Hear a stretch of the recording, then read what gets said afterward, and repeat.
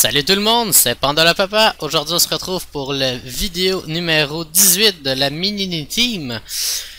Deux gros donjons, enfin gros donjons, c'est très relatif je vous dirais selon le niveau, mais aujourd'hui on se commence avec le manchot royal.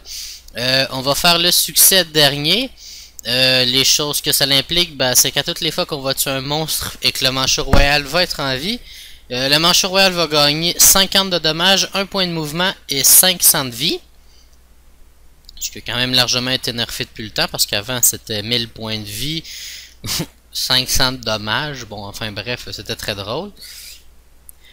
En plus, on va tous bien en profiter pour XP, hein, on a un beau petit challenge. On a Anarchorette qui consiste à ne jamais finir au cac d'un allié. Les petites choses à savoir, les fifs manchots, bon bref, chacun son idée. Ils mettent chance d'écaflip, enfin la vieille chance d'écaflip, donc vous avez 50% des chances de faire des dommages doublés et 50% de chances de soigner.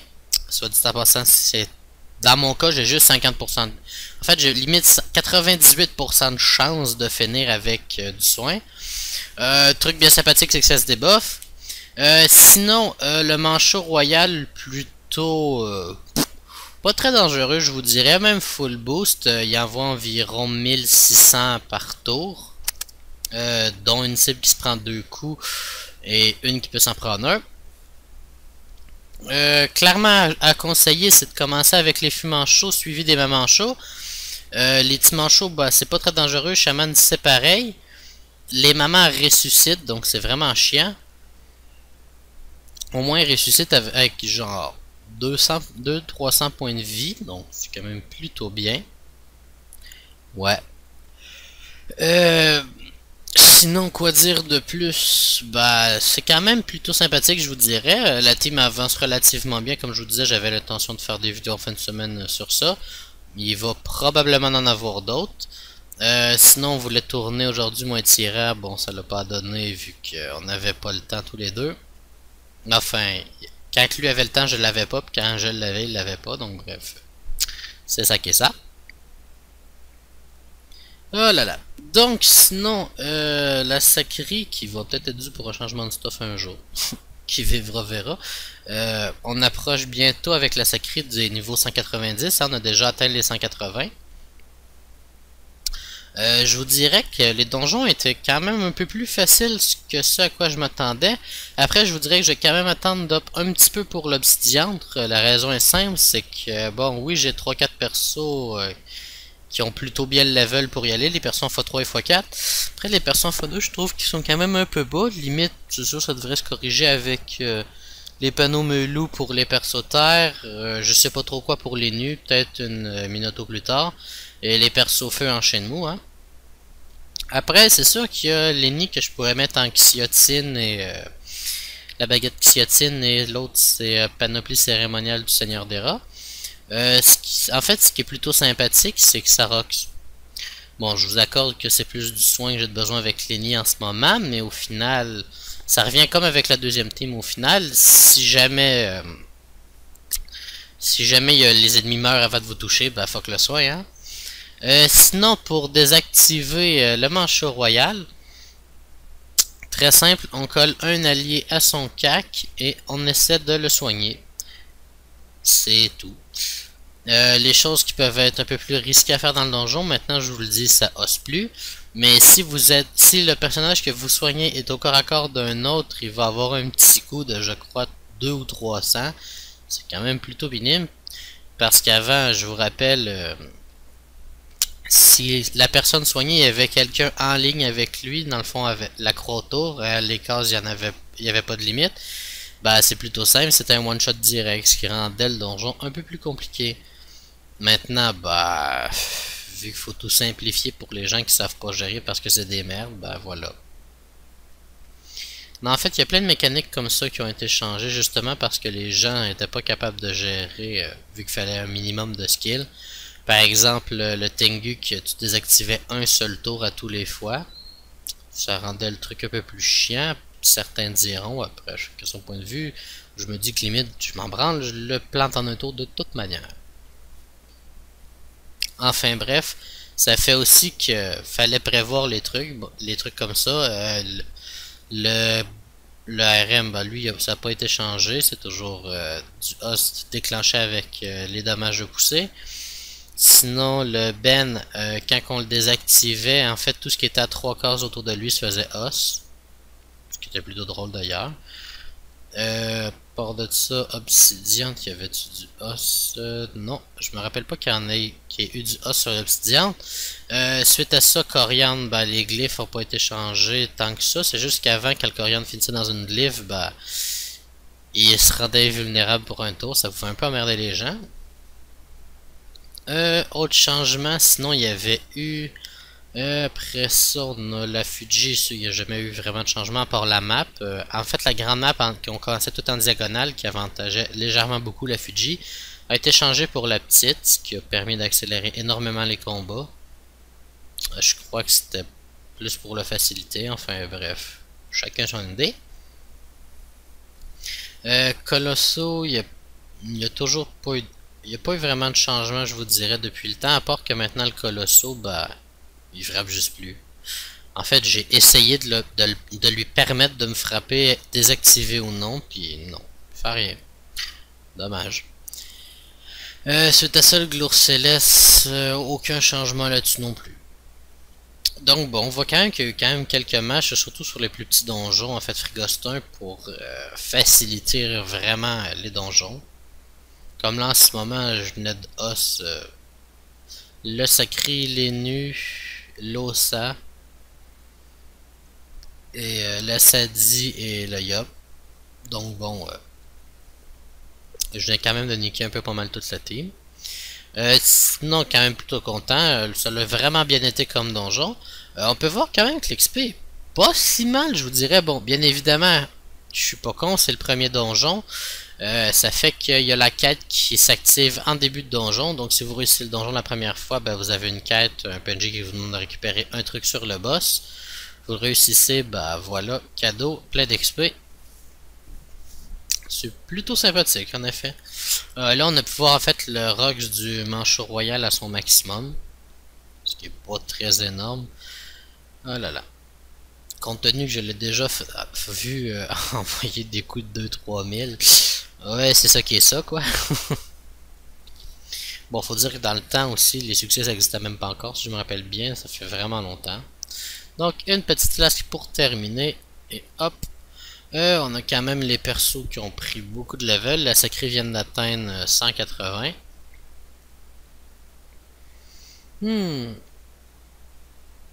Donc non, comme je vous disais, voici, on a la quête qui donne 5 millions sur les personnages en x2, 9 en x3, puis 20, oh putain, 20 millions en x4, c'est comme lol.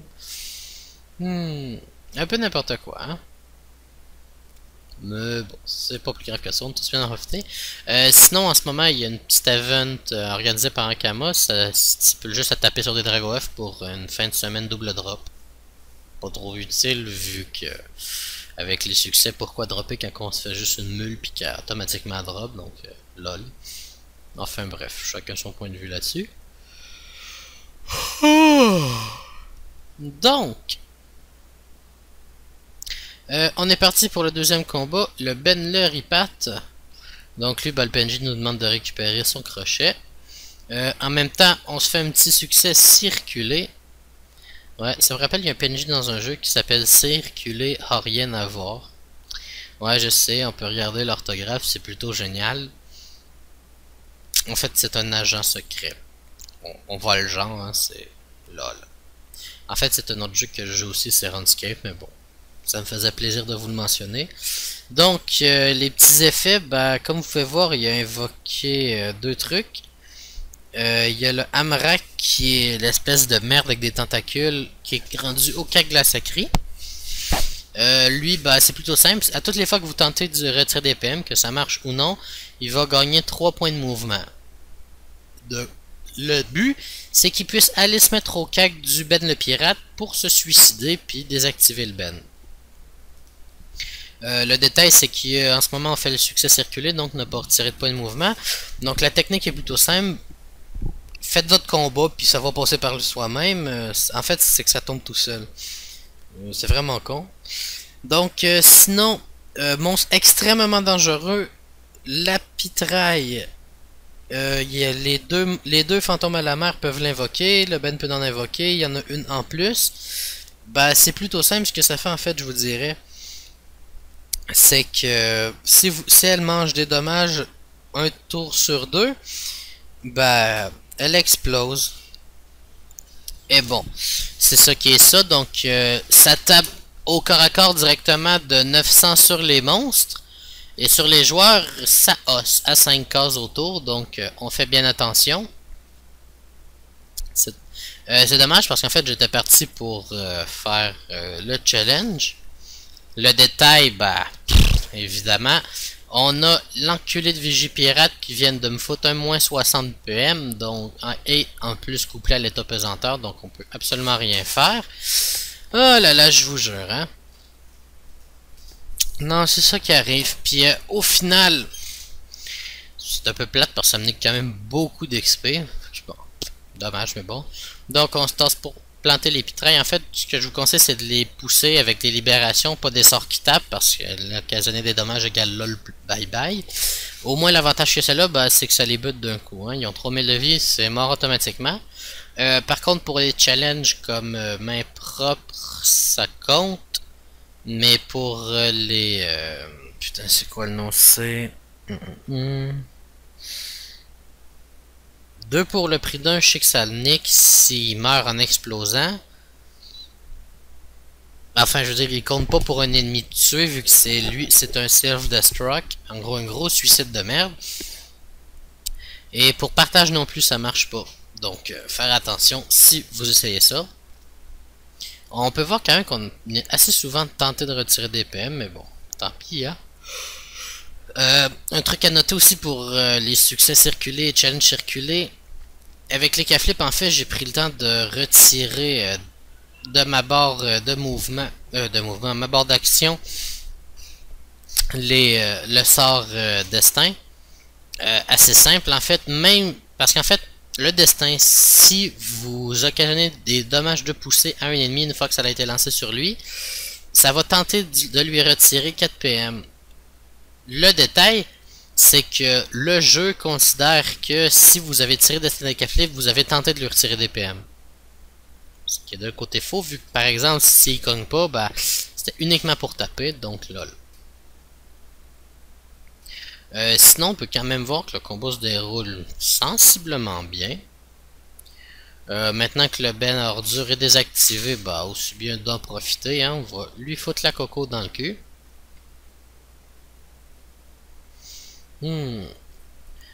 Sinon, niveau monstre, les trucs à savoir, bah il y a le poteau de merde, j'ai jamais su son nom, je pense. J'ai toujours appelé espèce de poteau gay. Mais enfin bref, le poteau, bah c'est plutôt simple ce qu'il fait. Il se met un sort un tour sur 3, mais si vous le tapez, tout ce qui est en ligne dans la croix avec lui se fait pousser de 8 cases et en prime... le fantôme, ouais c'est ça son nom, le fantôme. Puis en prime, se va attribuer pour chaque ligne de dommage un moins 30 PM un tour. Donc le record qu'on peut atteindre, c'est moins 300 points de mouvement. Par contre, c'est en calculant que vous aviez 0 PM au début de foot, à la fin, pendant que vous le tapiez, parce que sinon, ben, il va enlever vos points de mouvement. Donc, bref, voilà. Ça va à 292. Je veux dire, je vois pas l'intérêt d'avoir mis ça à 300 la limite. Je veux dire, limite, t'aurais juste même pu ne pas en mettre, ça l'aurait absolument rien changé. Je veux dire, à moins 300 points de mouvement, là, on s'entend.